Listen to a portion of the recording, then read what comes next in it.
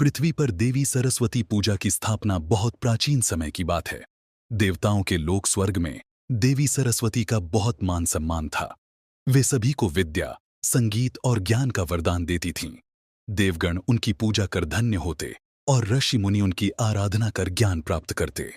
लेकिन पृथ्वी पर स्थिति भिन्न थी। यहाँ के लोग अज्ञान, असभ्यता और अंधकार में जी रहे थे। वे परिश्रम तो करते थे, परंतु उन्हें सही ज्ञान और विवेक का अभाव था। इस कारण संघर्ष और कलह बढ़ते जा रहे थे।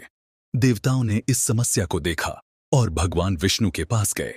इंद्रदेव ने कहा, प्रभु, पृथ्वी पर अज्ञान और अशिक्षा का अंधकार बढ़ रहा है। यदि ऐसा ही चलता रहा तो अधर्म बढ़ जाएगा।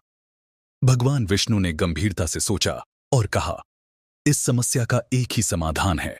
मां सरस्वती को पृथ्वी पर स्थापित करना होगा।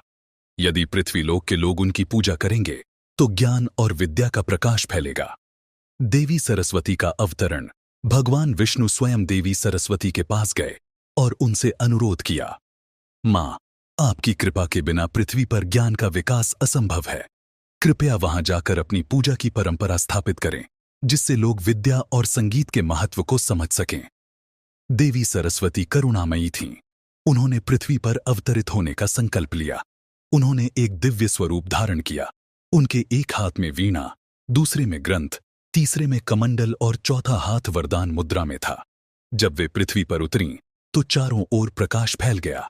पक्षियों ने मधुर स्वर में गान किया और नदियां संगीत की तरह बहने लगीं। बसंत पंचमी का आरंभ देवी सरस्वती सबसे पहले एक तपस्वी ऋषि के आश्रम में गईं, जहां अनेक शिष्य विद्या प्राप्त कर रहे थे। उन्होंने सभी को दर्शन दिए और कहा, विद्या ही जीवन का वास्तविक धन है। जो मुझे सच्चे मन से पूजेगा और ज्ञान प्राप्त करने की इच्छा रखेगा, मैं उसे बुद्धि, विवेक और संगीत का आशीर्वाद दूंगी। ऋषि और उनके शिष्यों ने मां सरस्वती की पूजा की और उसी दिन से बसंत पंचमी को विद्या की देवी सरस्वती की उपासना का पर्व घोषित कर दिया गया। यह दिन ज्ञान, संगीत और कला की साधना के लिए पवित्र माना गया।